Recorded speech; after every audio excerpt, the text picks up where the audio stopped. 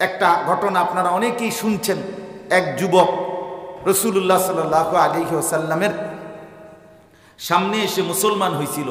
তো মুসলমান হয়ে বলছে, ইয়া রাসূলুল্লাহ, আমি মুসলমান হলাম ঠিক আছে, কিন্তু আমি জিনা করার অনুমতি চাই। নাউযুবিল্লাহ। তো আল্লাহর নবী সাল্লাল্লাহু আলাইহি ওয়াসাল্লাম বুঝছে যুবককে সংশোধনের জন্য নবীজি সাল্লাল্লাহু আলাইহি ওয়াসাল্লাম তাকে কাছে এনে বললেন, যুবক, আমি আগে কয়েকটা প্রশ্ন করতে চাই। তুমি যেই কাজটি করতে চাচ্ছ সেটা যদি তোমার মায়ের সাথে কেউ করতে চায় জিনা, তুমি কি করবে? তখন যুবক তরবারি বের করে বলছে, ইয়া রাসূলুল্লাহ, আমি আমার এই তরবারি দিয়ে এক কোপে তার গর্দান আলাদা করে দেব। তোমার বোনের সাথে যদি এই কাজটি কেউ করতে চায় তখন তুমি কি করবে? বলছে, আমি একই আচরণ করব, গর্দান ফেলে দেব। তোমার কন্যার সাথে যদি, তোমার বিবির সাথে যদি কেউ এই আচরণটা করতে চায় তাইলে তুমি কি করবা? সেই যুবক বলল, আমি গর্দান ফেলে দেব। আল্লাহ রাসূল সাল্লাল্লাহু আলাইহি ওয়াসাল্লাম বললেন, যুবক, তাইলে তুমি যার সাথে জিনা ব্যভিচার করতে চাও সেও তো কারো না মা, কারো বোন, কারো বিবি, কারো কন্যা, সে কি সেটা মেনে নিতে পারে? তো যুবক এই এক কথায় সে সাথে সাথে চোখের পানি ফেলে তওবা করে বলছে, ইয়া রাসূলুল্লাহ, আমি আজকের থেকে এই মানসিকতা সম্পূর্ণ ছেড়ে দিলাম। তাহলে দেখেন পরিবর্তন, এক কথায় বদলে গেছে। রাসূলুল্লাহ সাল্লাল্লাহু আলাইহি ওয়াসাল্লামের বিখ্যাত হাদিস এটা। এবং নবীজি তখন তাকে কাছে এনে 3টা বাক্য বলে দোয়া করছে। তার বুকে হাত দিয়া, ওই যুবকের বুকে রাসূলুল্লাহ সাল্লাল্লাহু আলাইহি ওয়াসাল্লাম হাত দিছে। হাত রাইখা, পবিত্র হাত মুবারক রেখে আল্লাহর নবী 3টা কথা বলছে তারে, আল্লাহর কাছে 3টা দোয়া করছে। এর লাগে আল্লাহুম্মা গফির যামবাহু, আল্লাহ তার গুনাহগুলো মাফ করে দেন। 2, ওয়া তাহহির কলবাহু, আল্লাহ তার দিলটা সাফ করে দেন।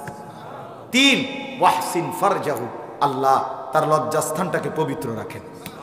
খালাস, 3 কথায় সে পুরাপুরি আল্লাহ ওয়ালা হয়ে গেছে। দোয়া লাগিয়ে গেছে। সাংঘাতিক দোয়া। যুবকের জন্য এই 3 দোয়া কতটা বরকত দোয়া। আল্লাহ তার গুনাহ মাফ করে দেন, তার দিল সাফ করে দেন, তার লজ্জাস্থান পবিত্র রাখেন। এই জন্য এই আসা যাওয়ার দ্বারা, এই দোয়া নেওয়ার দ্বারা নিজের মধ্যে আখিরাতের ফিকির আসে, ইবাদতের ফিকির আসে, মজা আসে, নিজের ভিতরে নতুন নতুন করে আমলের জজবা আসে। মনে রাখবেন, আজকে আমি সকালেও মহিলাদের মজলিসে বলছি, কোরআনুল কারীমের মধ্যে আছে প্রত্যেক মানুষের নফস, মনের চাহিদা, এই যে আমাদের ভেতরের চাহিদা, প্রত্যেক মানুষ, একেবারে আব্দুল কাদের জিলানী, প্রত্যেক মানুষের মনের চাহিদার প্রথম দাবি গুনাহ। চাহিদার প্রথম দাবি গুনাহ। প্রত্যেক মানুষের মনের চাহিদার প্রথম দাবি করে গুনাহের প্রতি। কমপক্ষে গুনাহ শুধু পাপ করা না, পাপ কাজের কল্পনা করা।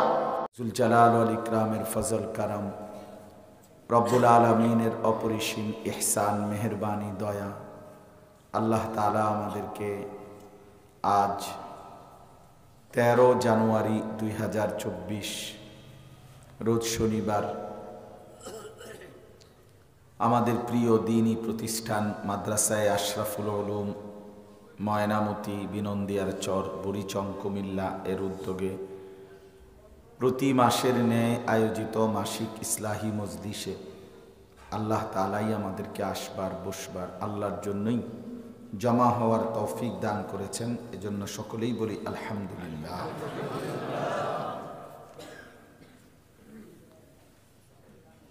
ইসলাহি মজলিস স্বাভাবিকভাবে প্রতি মাসেই করার চেষ্টা করা হয়। আমরাও আসলে এতটুকু দিল থেকে ভাবি যে আলহামদুলিল্লাহ বিভিন্ন অঞ্চলে ঘুরে ফিরেও আল্লাহর কথা বলার তো কিছুটা তৌফিক সুযোগ আল্লাহ তাআলা যেতটুকু দিয়েছেন হয়। বাকি আমাদের নিজ মাদ্রাসাতেও ধারাবাহিক অল্প মানুষই হোক, ছোট্ট পরিসরে যেন মজলিস চালু থাকে। এটা মূলত আমার শায়েখ আরিফ বিল্লাহ হাকিমুন নফস আল্লামা মুফতি মুশতাকুন নবী কাসিম হজরতের খুব বেশি আগ্রহ এটার প্রতি, ইসলাহি মজলিসের প্রতি হজরত খুব বেশি আগ্রহ করে। বড় থেকে বড় মাহফিলের চাইতেও এই ছোট মজলিসকে হজরত খুব গুরুত্ব দেন।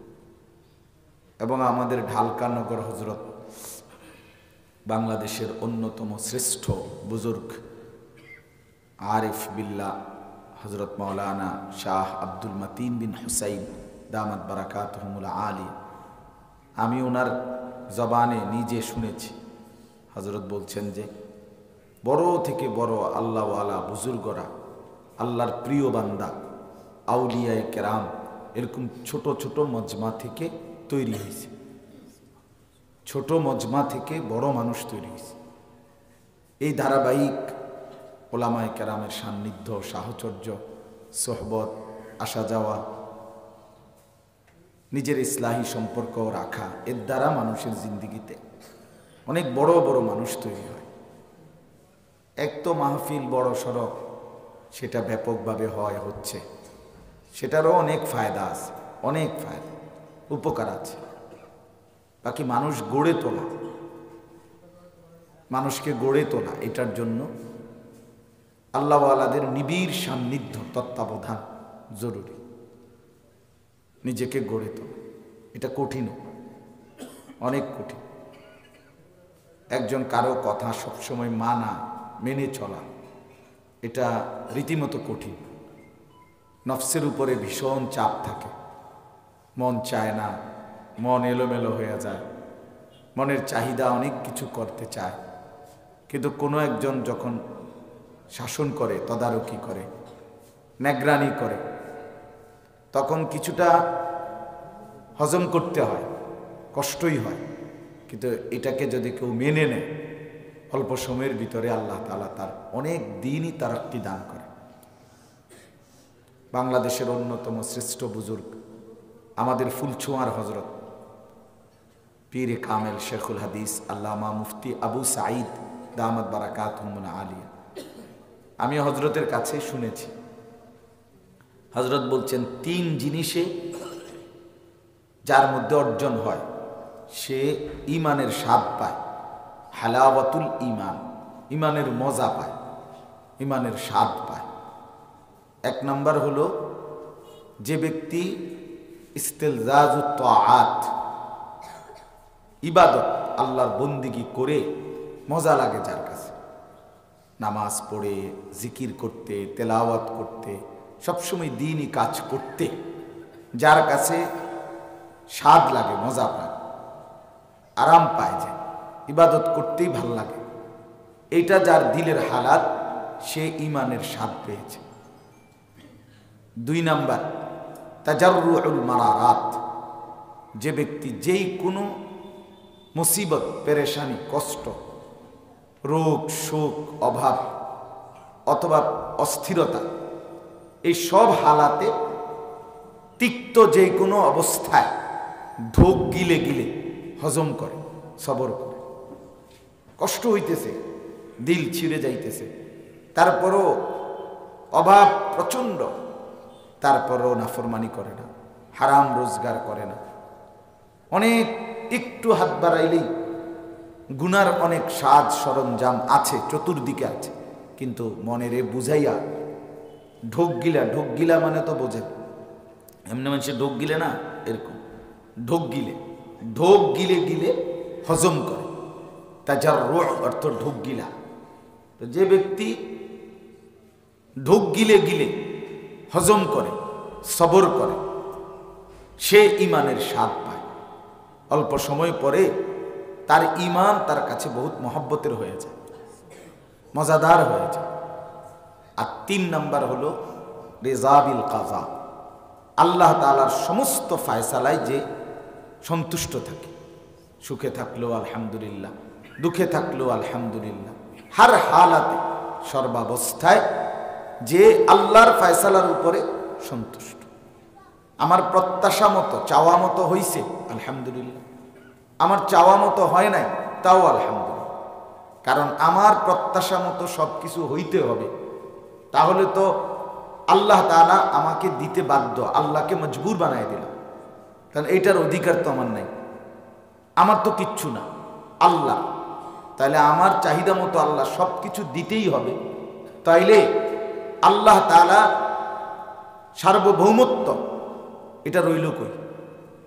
এই জন্য সবই যেহেতু আল্লাহ, আমি যেভাবে চেয়েছি এভাবে পাইলাম, আলহামদুলিল্লাহ। আমি যেভাবে চাইছি এভাবে পাইলাম না, তাও আলহামদুলিল্লাহ, কারণ কোনোটাই তো আমার না। 10 লাখ টাকাও আমার না, 10,000 টাকাও আমার না, সবটাই তো আমার আল্লাহ। ছেলেও আমার না, মেয়েও আমার। কাজে ছেলে দিলেও আলহামদুলিল্লাহ, বারবার মেয়ে দিলেও আলহামদুলিল্লাহ। আমার কি? ছেলে হইলে ভালো হইতো। কেমনে বুঝছেন ছেলে হইলে ভালো হইতো? আল্লাহ তাআলা কোরআনুল কারীমের মধ্যে বলছেন, আসা আন তুহিব্বু শাইআন ওয়া হুয়া শাররুন লাকুম। অনেক জিনিস ওয়া হুয়া কুরহুন লাকুম, অনেক জিনিস আছে তোমাদের কাছে প্রিয় মনে হয়, অথচ আল্লাহর নিকটে তা ক্ষতিকর। অনেক জিনিস আছে তোমাদের কাছে অপ্রিয় মনে হয়। আসা আন তাকরাহু শাইআন ওয়া হুয়া খায়রুন লাকুম। অনেক কিছু আছে তোমাদের কাছে অপছন্দনীয় মনে হয়েছে, কিন্তু অচিরেই দেখা গেল এর মধ্যেই তোমাদের জন্য কল্যাণ। তাইলে আমি আপনি এতটাই দুর্বল যে পর্দার আড়ালে, এখানে যদি পর্দা দেয়, এই যেমন এইটা পর্দা, ওই পাশে কথা শোনা যায়, কিন্তু কে কথা বলতেছে আমি জানি না, দেখতেছি। তাহলে আমাদের ক্ষমতা এতটাই দুর্বল যে সামান্য একটা কাপড় দিয়ে যদি আড়াল দিয়ে দেয়, তো ওই পারের কিছুই আর আমরা বলতে পারি না, আমরা আর কিছুই দেখি না। সেই আমি ভালো মন্দ নির্বাচন করব কিভাবে? যে পর্দার এই পারের কথাটাই বলতে পারে না। তাহলে আমি যদি আমার বিবেচনায় ভালো মন্দ নির্ধারণ করি, তাহলে কশ্চিন কালেও এটা ঠিক হবে। এটা তো নফসের তাবেদারি হবে, আল্লাহ তাআলার ফয়সালার উপরে নিজেকে সুপুর্দ করা হইল না। এই জন্য নিজেকে আল্লাহর হাতে সুপুর্দ করা। ওয়া উফাউযিদু আমরি ইলাল্লাহ, কোরআনের আয়াত, আম্বিয়াদের কথা, এটা নবীদের কথা, যে আমি আমার সম্পূর্ণ বিষয়টা সমর্পণ করলাম আল্লাহর হাতে। ইন্নাল্লাহা বাসীরুম বিল ইবাদ, নিশ্চয়ই আল্লাহ তার বান্দাদের সব বিষয় পূর্ণভাবে দেখতেছেন, পুরা সপে দাও। ইন্নামা আশকু বাসী ওয়া হুজনি ইলাল্লাহ। হযরত ইয়াকুব আলাইহিস সালাম 40 বছর পরেও ওনার ছেলে ইউসুফের জন্য কাঁদতেছেন, খুঁজতেছেন। 40 বছর পরে ওনার 10 ছেলে যখন মিশরে গেছে খাদ্য কিনতে, অভাবের সময়, তখনও ইয়াকুব আলাইহিস সালাম ওনার ছেলেদেরকে বলছে, বাবা খাদ্য কিনতে যাচ্ছ ঠিক আছে, তবে আমার ছেলেটাকে একটু খুঁজো, ইউসুফকে তালাশ করো মিশরের বাজারে। মিশরে পাওনি তারা। তো সন্তান এবং পরিবারের সদস্যরা বলতেছিল, আপনি কি কোন, আপনি কথা কোন, এটা সেই 7-8 বছরের বয়সে হারায় গেছে, বাগে খাইয়া ফেলছে, আর এখন 40 বছর পরেও বুঝি হেরে খুঁজবো। হ্যাঁ, তো আপনি সারা দিন রাত কেন শুধু শুধু এই ছেলেটা যেটা অসম্ভব অযৌক্তিক কেন কাঁদতেছেন? তখন ইয়াকুব আলাইহিস সালাম এই কথাটা বলছিল, আরে বেটা, আমি তো তোদের কাছে কাঁদতেছি না, তোদের সমস্যা কি? আমি তো আমার আল্লাহর কাছে বলতেছি, ইন্নামা আশকু বাসী ওয়া হুজনি ইলাল্লাহ। আমি তো আমার স্বাচ্ছন্দ্য এবং পেরেশানি উভয় অবস্থায় আল্লাহর কাছে পেশ করছি, তো তোমাদের সমস্যা কি? আমার আল্লাহর কাছে 40 বছর কেন, 400 বছরও বললে তোমাদের অসুবিধা কি? আমি বলতে থাকি আমার আল্লাহর কাছে, আমার আল্লাহকে আমি ডাকতে থাকি, তোমার সমস্যা কি? এই এটা সবক, এটা সবক। ঠিকই 40 বছর পরে সত্যি সত্যি ইউসুফ তো মিলেই গেছে, মিলে গেছে না, পেয়ে গেছে, পেয়ে গেছে। তাইলে এই জন্য এই 3 জিনিস, ইবাদতে মজা লাগা, নামাজ পড়তেই ভাল লাগে, সেজদা করতেই ভাল লাগে, আল্লাহকে ডাকতেই ভালো লাগে, জিকির করতেই ভালো লাগে। আমার শায়েখ আরিফ বিল্লাহ হাকিমুন নফস আল্লামা মুফতি মুশতাকুন নবী কাসিম হযরতের সাথে যদি কেউ চলে ফিরে দিবা নিশি লম্বা টাইম, সে বুঝবে আমাদের হাজী সাহেব আছে, সার্বক্ষণিক চলার মতো মানুষ, হজরতের নড়তে চড়তেই জিকির করে। এটা বুঝায় যায় উনি যখন জিকিরের বয়ান করে, জিকির নিজে করে, বুঝায় যায় এটার মধ্যে তার প্রচন্ড মজা আছে, মানে খুব স্বাদ পাইতেছে উনি জিকির করে, এটা বুঝায় যায়। ওনার বলার ঢং দেখলে কেউ তাকাইলে, যদি মনোযোগ দিয়া হুজুরের চেহারার দিকে তাকাইলেই বুঝবেন যে উনি জিকির করে আরাম পায়, মজা পায়, খুব মজা পায়, খুব মজা পায়। এটা তার স্বাদের বস্তু হয়ে গেছে, মজার বস্তু হয়ে গেছে। আমি এই কুমিল্লার থেকে আর সিলেট কমপক্ষে 5 ঘন্টার পথ, 6 ঘন্টার পথ হুজুরের সাথে একই গাড়িতে রাত্রে সফর করছি বহুবার। আমার গায়েও হেলান দিয়া এরকম ঠেস দিয়ে শুয়ে আছে, আমিও দেখছি, পুরা ঘুমে মনে হইতেছে। আর যখনই গাড়ি ব্রেক করে তো উনি নড়ে উঠলেই হয় সুবহানাল্লাহ, আলহামদুলিল্লাহ, একটা না একটা তাসবিহ পড়ে ওঠে। তো আমি না দেখলাম মাত্র ঘুমায়, তো নড়লেই আল্লাহ তাআলার জিকির বের হয়।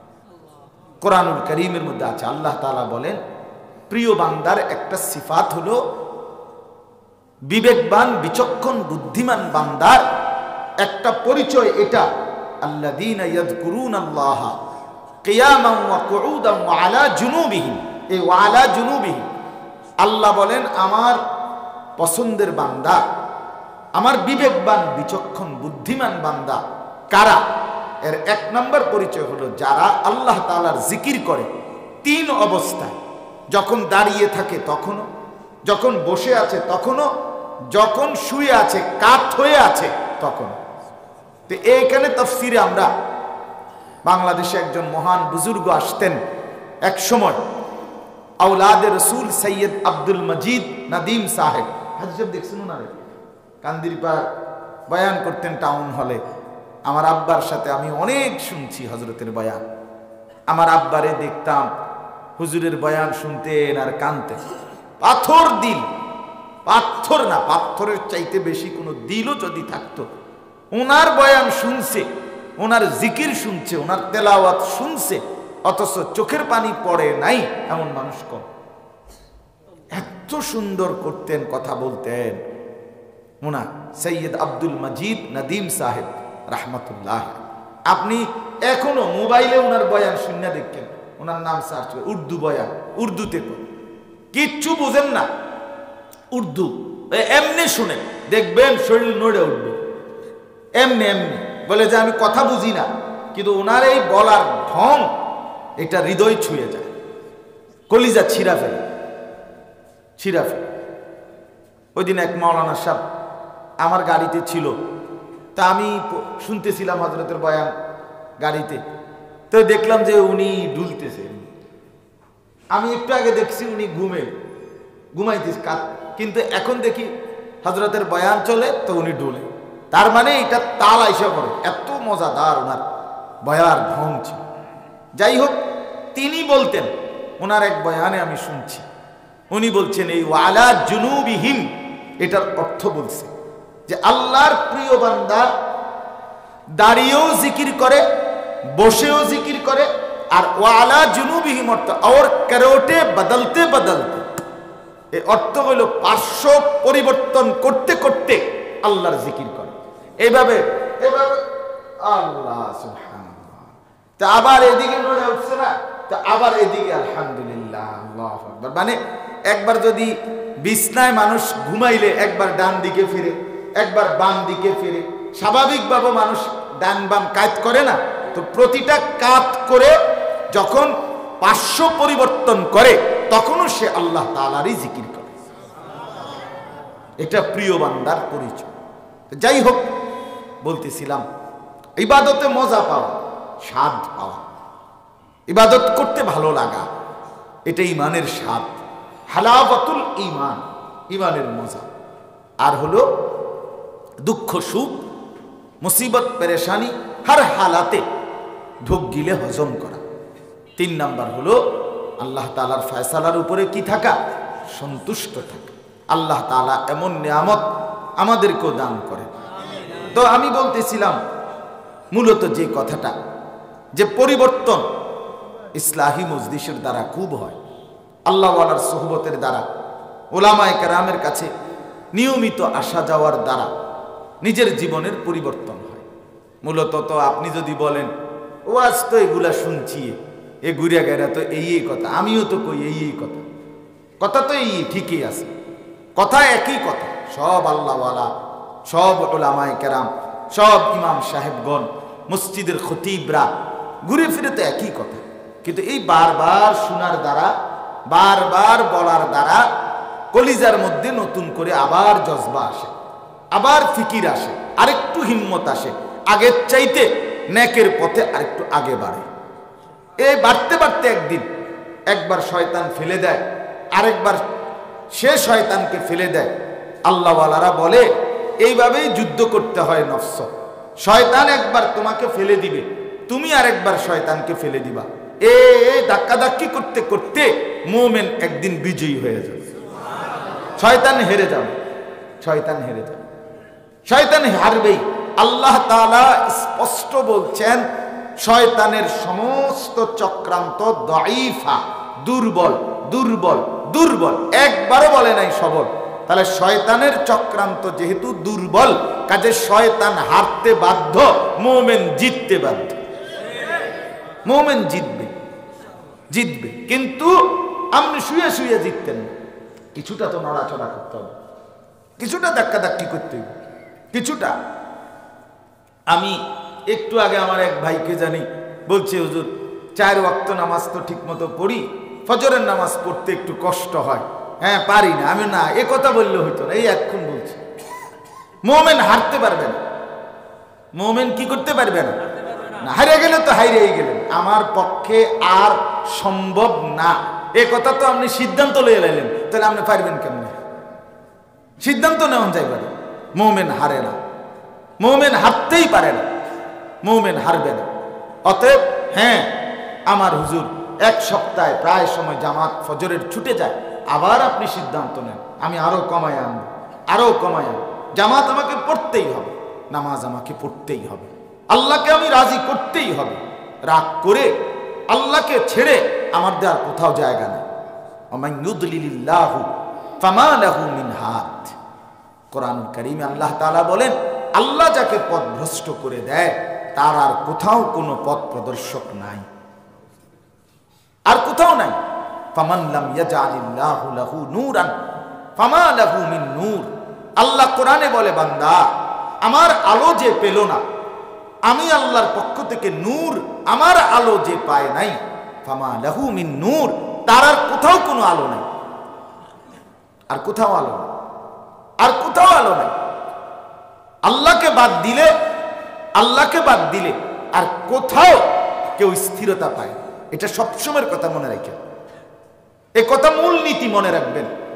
কোরআন এবং সুন্নাহ, আল্লাহ রসুলের বিধান ত্যাগ করার পর কোন ব্যক্তি, যুবক, বৃদ্ধ, নারী, পুরুষ, কেউ স্বস্তি আর পায় না, তৃপ্ত হয় না। আমি সবসময় বলি, যত যুবক ইসলামকে বাদ দিয়ে সাজতে গেছে, চুল, জামা, পোশাক, স্টাইল করতে গেছে কোরআন সুন্নাহ বাদ দিয়া, এরা আর স্থিরতা পায় নাই, পায় নাই। 6 মাসে 9 মাসে কত ঢং, কত ডিজাইন, কত কিছু বদলাইল, কত। আজকে বিকালে একজন আমার সাথে দেখা করছে ওইখানে রাস্তা, আমি দেখলাম আমি চাদর গায়ে, আপনার এই রুমাল, এটা আমার মাথার দেওয়া, ভিতরে আমার ফুল হাতা জাম্পার, এরপরে কোট, পাঞ্জাবি, আর ভিতরে আরেকটা গেঞ্জি আছে ছোট, এর ভিতরে গেঞ্জি, এতটি জিনিস আমি গাও দিয়া রইলাম, আমার কাছে শীত লাগে। আর সেই ছেলেটা তার 2টা প্যান্টের যে করা প্যান্টটা, এটার এইখানে এত বড় বড় 2টা সিরা, 2টা করে 4টা সিরা, একটা ডাইরেক্ট সিরা। আমি বললাম, আরে শীত রে, তার কারণে আমার গাও শীত লেগেছে। আরে আল্লাহ, তার শীতটা যদি আমি কদ্দুর শেয়ার করতে পারতাম।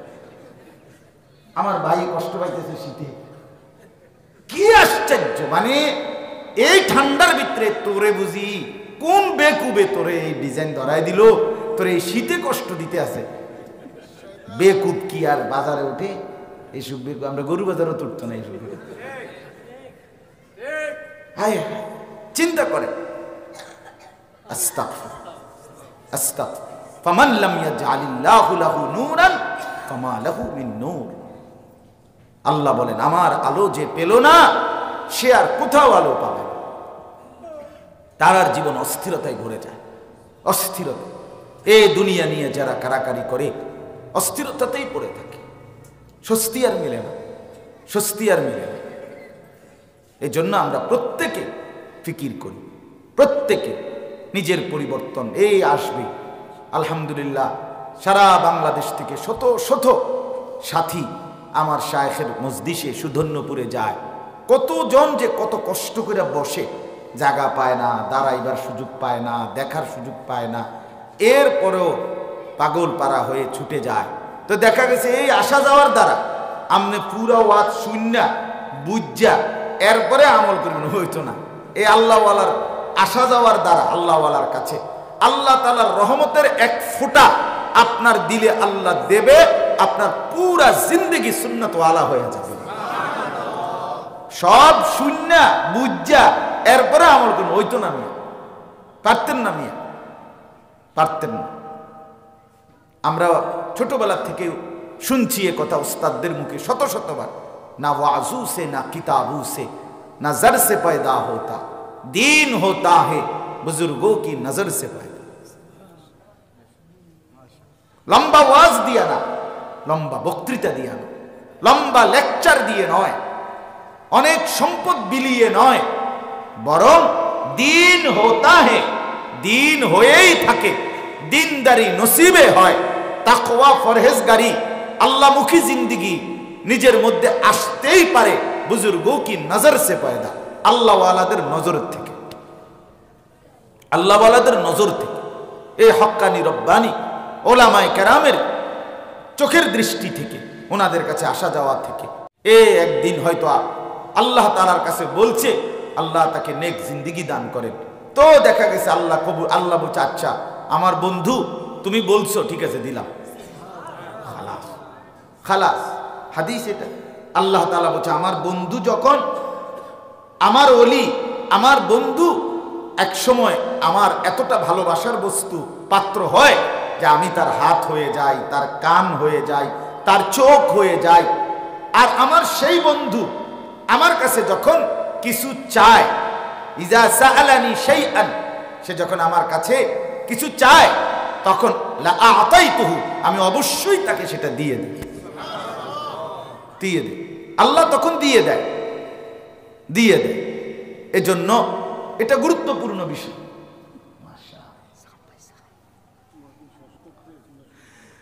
এজন্য এটা অনেক গুরুত্বপূর্ণ বিষয়, অনেক বড় মহব্বতের বিষয়, অনেক বড় মহব্বতের বিষয়।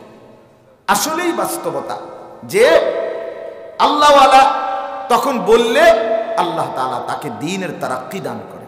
এই জন্য এই আসা যাওয়ার কথা আমি এটাই বললাম যে বারবার আসা, বারবার আসা যাওয়ার দ্বারা ওলামায়ে কেরামের কাছে, আহলুল্লাহদের কাছে জিন্দেগির ফায়দা। আমি আমার ঢালকানগর শায়েখের খানকায় এই বৃহস্পতিবারেও গেছি। এই যে কালকে শুক্রবার, তার আগের দিন বৃহস্পতিবার পুরা মাজমা শেষ পর্যন্ত হজরতের বয়ান শুনছি। দেখা গেল কথা তো সেই আগের কথাই, কিন্তু ওই রাত্রেও এতটুকু কথা শুনবার দ্বারা, বসবার দ্বারা হৃদয়ের ভিতরেও নতুন করে আবার প্রেরণা বোধ করি যে হ্যাঁ নজর হেফাজত করতে হবে। এক আল্লাহওয়ালা, ওনার কাছে আপনি যাবেন তো শুনবেন শুধু সবচেয়ে বেশি মূল বয়ান যে নজর হেফাজত করা, নজর হেফাজত করা, নজর হেফাজত করা। এটা আল্লাহওয়ালাদের, আমি আরো অনেকবার বলছি, আল্লাহওয়ালাদের শান। আল্লাহওয়ালাদের কাছে বারবার গেলে এক এক বুজুর্গ এক এক বিষয়ে খুব বেশি চাপ দেয়, মানে খুব প্রেসার দেয় যে আপনি এটা করেন ওইটা করেন। দেখা গেছে এতে করে সব আল্লাহওয়ালাদের জবানে সব বিষয়ের কথাই আদায় হয়ে যায়, ফলে করে আল্লাহর বান্দার আমলের নসিব হয়। তো আমি আজকে প্রথম কথা আপনাদের কাছে এটাই বললাম, আমাদের এই ইসলাহি মজলিস ছোট কিংবা বড় এটা বড় বিষয় না, বরং ছোট মজমা থেকে বড় মানুষ হয়। এবং এই মজলিস আমাদের প্রত্যেকের জন্য ওলামায়ে কেরামের কাছে বারবার আসা যাওয়া করা দরকার, পরিবর্তনের জন্যই দরকার।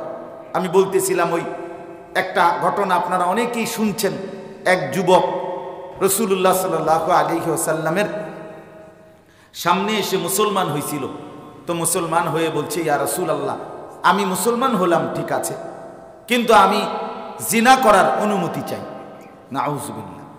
তো আল্লাহর নবী সাল্লাল্লাহু আলাইহি ওয়াসাল্লাম বুঝছে যুবককে সংশোধনের জন্য নবীজি সাল্লাল্লাহু আলাইহি ওয়াসাল্লাম তাকে কাছে এনে বললেন, যুবক, আমি আগে কয়েকটা প্রশ্ন করতে চাই। তুমি যেই কাজটি করতে চাচ্ছ সেটা যদি তোমার মায়ের সাথে কেউ করতে চায় জিনা, তুমি কি করবে? তখন যুবক তরবারি বের করে বলছে, ইয়া রাসূলুল্লাহ, আমি আমার এই তরবারি দিয়ে এক কোপে তার গর্দান আলাদা করে দেব। তোমার বোনের সাথে যদি এই কাজটি কেউ করতে চায় তখন তুমি কি করবে? বলছে, আমি একই আচরণ করব, গর্দান ফেলে দেব। তোমার কন্যার সাথে যদি, তোমার বিবির সাথে যদি কেউ এই আচরণটা করতে চায় তাইলে তুমি কি করবা? সেই যুবক বলল, আমি গর্দান ফেলে দেব।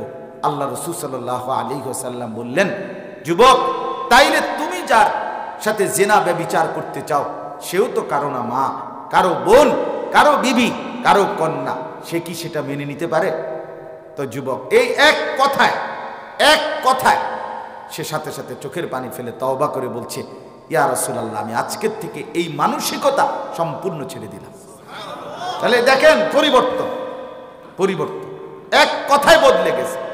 রাসূলুল্লাহ সাল্লাল্লাহু আলাইহি ওয়াসাল্লামের বিখ্যাত হাদিস এটা। এবং নবীজি তখন তাকে কাছে এনে 3টা বাক্য বলে দোয়া করছে। তার বুকে হাত দিয়া, ওই যুবকের বুকে রাসূলুল্লাহ সাল্লাল্লাহু আলাইহি ওয়াসাল্লাম হাত দিছে।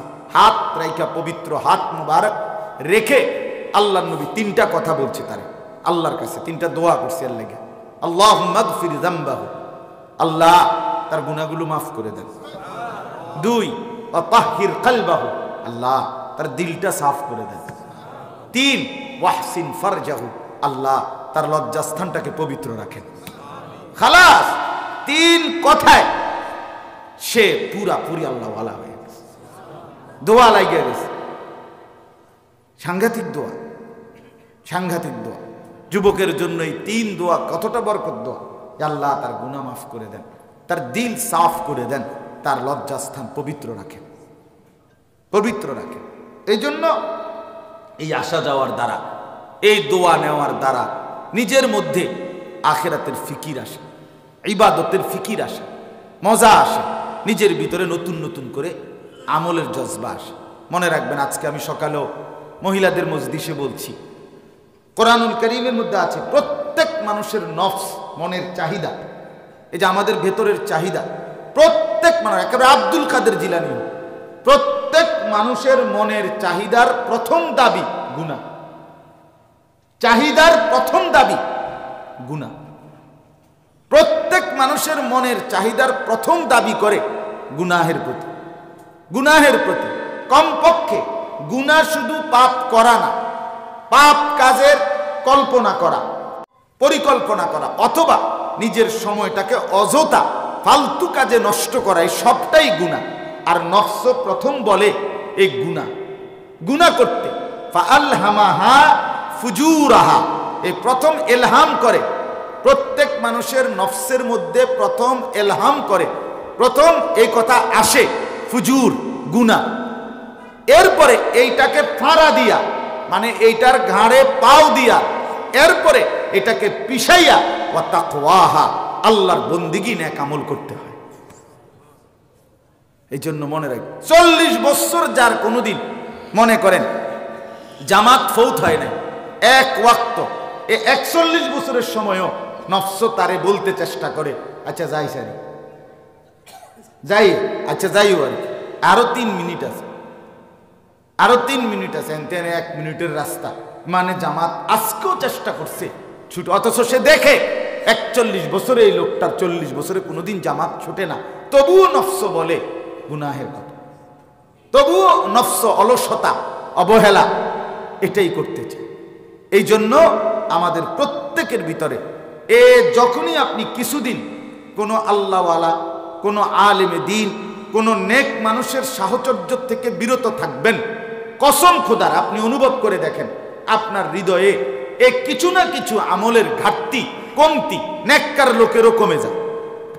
আবার আল্লাহওয়ালার কাছে যাবেন, আবার নতুন চার্জ হয়, আবার প্রেরণা জাগে, আবার নতুন করে স্বপ্ন জাগে, নতুন করে এগিয়ে যাওয়ার প্রেরণা আসে।